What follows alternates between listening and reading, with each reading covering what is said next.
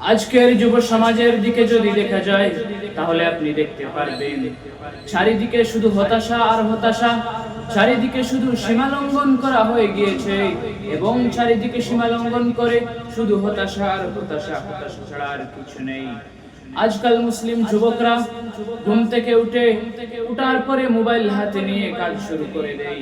ফজরের কোনো খবর নেই, নামাজের কোনো খবর নেই। নামাজের সময় অতিবাহিত হতে যাচ্ছে, এক মিনিট করে সময় ঘন্টা ঘন্টা করে অতিবাহিত হয়ে যাচ্ছে, কিন্তু আমাদের নিজেদের কোনো খেয়াল নাই। আল্লাহ পাক রব্বুল আলামিন কোরআনে কারীমের মধ্যে একটি জিনিসের কসম খেয়েছেন, কসম খেয়ে বলতেছেন ওয়াল আসরি ইন্নাল ইনসানা লাফি খুসর। আল্লাহ তাআলা আসরের কসম খেয়েছেন, ওয়াল আসরি, ওয়াল আসরির মানে হলো আল্লাহ তাআলা সময়ের কসম খেয়েছেন। ওয়াল আসরি সময়ের কসম, আল্লাহ তাআলা টাকা পয়সার কসম খাননি, আল্লাহ তাআলা মাল দৌলতের কসম খাননি, আল্লাহ তাআলা কসম খেয়েছেন সময়। এখান থেকে আমরা আন্দাজা লাগাতে পারি যে সময় কতটি গুরুত্বপূর্ণ। আল্লাহ পাক বলেন ওয়াল আসরি ইন্নাল ইনসানা লাফি খুসর। আমি সময়ের কসম করে বলছি সমস্ত মানব জাতি, গোটা মানব জাতি খাসারের মধ্যে আছে, ধ্বংসের মধ্যে আছে। ইল্লাল্লাযীনা আমানু, এখান থেকে আল্লাহ তাআলা তিন ধরনের মানুষকে, এখান থেকে আল্লাহ তাআলা চার ধরনের মানুষকে আলাদা করতেছেন, করে বলতেছেন শুধুমাত্র ওরা খাসারার মধ্যে নয়, ওরা নুকসানের মধ্যে নয়।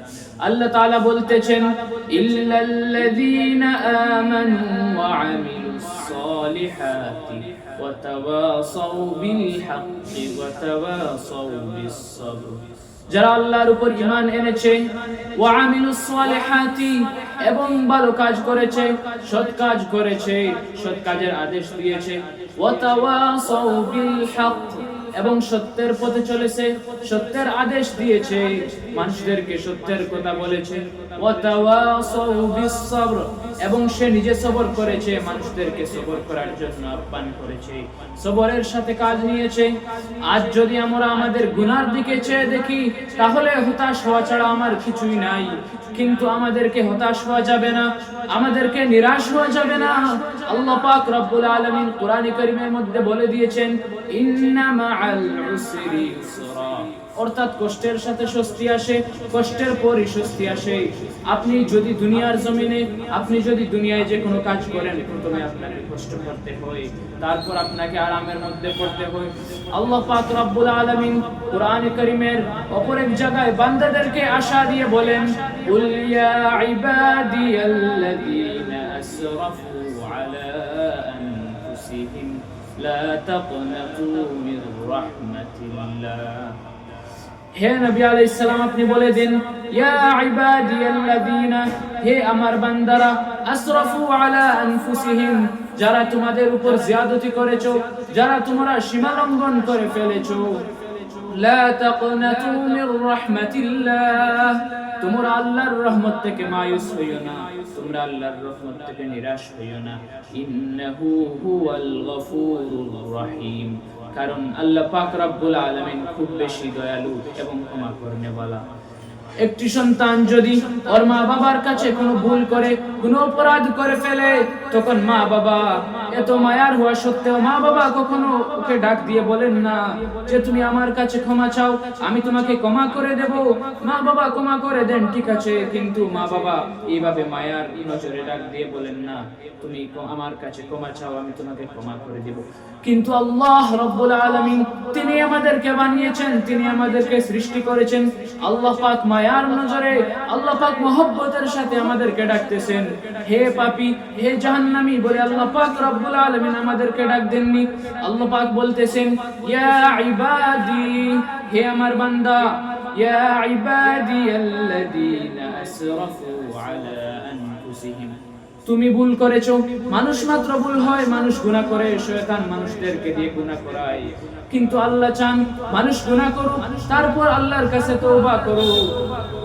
অপর একটি জায়গায় হাদিস শরীফে আছে আল্লাহর রাসূল সাল্লাল্লাহু আলাইহি ওয়াসাল্লাম বলেন যে গুনাহ করলো এবং তওবা করলো গোয়াকে সে গুনাহ করেনি। আল্লাহ পাক রব্বুল আলামিন অন্য জায়গায় বলেন ইন্নাহু লা ইয়াইয়াসু মির রাহমাতিল্লাহি ইল্লাল কওমুল কাফিরুন। অর্থাৎ আল্লাহর রহমত থেকে নিরাশ শুধু কাফেরেরা হয়, কাফেরেরা ছাড়া কেউ আল্লাহর রহমত থেকে নিরাশ হয় না। তাই আপনাদেরকে নিরাশ হতে নেই।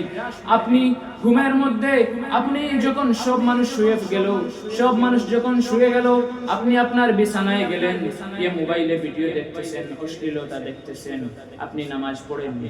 5 বছর ধরে আপনি নামাজ পড়তেছেন না। আপনার কতদিন হয়েছে? যতদিন থেকে আপনি বালিগ হয়ে গিয়েছেন, এরপর থেকে আপনি অনেক নামাজ কাজা হয়ে গিয়েছে, অনেক নামাজ ছেড়ে দিয়েছেন। হতাশ হওয়ার কিছু নেই, আল্লাহর কাছে তওবা করুন। রাতের অন্ধকারে উঠে আকাশের দিকে চেয়ে দিলকে নরম করে আল্লাহকে বলেন, হে আল্লাহ, আমি গুনাহ করে ফেলেছি, আমাকে ক্ষমা করে দিন। অবশ্যই আল্লাহ তোমাকে ক্ষমা করে দিবেন, আল্লাহ তোমাকে তাড়িয়ে দিবেন না। আল্লাহ চাইলে তোমার সকল গুনাহ মাফ করে দিতে পারেন। তোমাকে হতাশ হতে নেই, তোমাকে হতাশ হতে নেই। তোমাকে আল্লাহ পাক রব্বুল আলামিনের দরজায় ফিরে যেতে হবে এবং গিয়ে যদি কাঁদো, আল্লাহ রব্বুল আলামিনের কাছে যদি ক্ষমা চাও, তাহলে অবশ্যই আল্লাহ পাক রব্বুল আলামিন তোমাকে ক্ষমা করে দিবেন। এবং তুমি আজ থেকে সংকল্প গ্রহণ করো যে আজকের পর থেকে আমি এই গুনাহ করব না, এই গুনাহ ছেড়ে দেব। আজকালকার নওজওয়ান, আজকালকার যুব সমাজ সবথেকে বেশি যে গুনাহ করে সেটা এই মোবাইলের মাধ্যমে গুনাহ করে থাকে। ভাই, একদিন এমন হবে তুমি এই দুনিয়া থেকে চলে যাবে, তোমার ফোন এই দুনিয়ায় রয়ে থাকবে, তোমার ফোনে চার্জ লাগানোর মতো মানুষ থাকবে না, তোমার ফোনে তুমি চার্জ লাগাবে না, তোমার ফোন অন্য কেউ ব্যবহার করবে, অন্য কেউ তোমার ফোনকে চার্জ দেবে, কিন্তু তুমি এই ফোনের পাল্লায় পড়ে আছো, অনেক গুনাহ করতেছো, তোমার প্রতিপালককে ভুলে গিয়েছো, তোমার রবকে ভুলে গিয়েছো। এখনো সময় আছে, এখনো সময় আছে, তুমি উঠে পড়ো। নাকি তুমি সেই সন্ধ্যার অপেক্ষা করতেছো যেদিন সূর্য পশ্চিম দিক থেকে উদিত হবে, তওবার রাস্তা বন্ধ হয়ে যাবে, তোমার যাওয়ার কোনো পথ থাকবে না, সেই দিন তুমি কি করবে?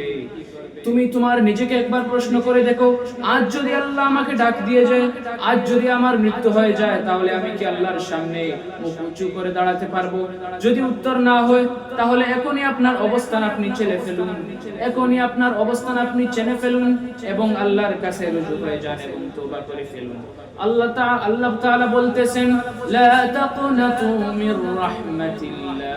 আল্লাহর রহমত থেকে নিরাশ হওয়া যাবে না, আল্লাহর রহমত থেকে মায়ুস হওয়া যাবে না।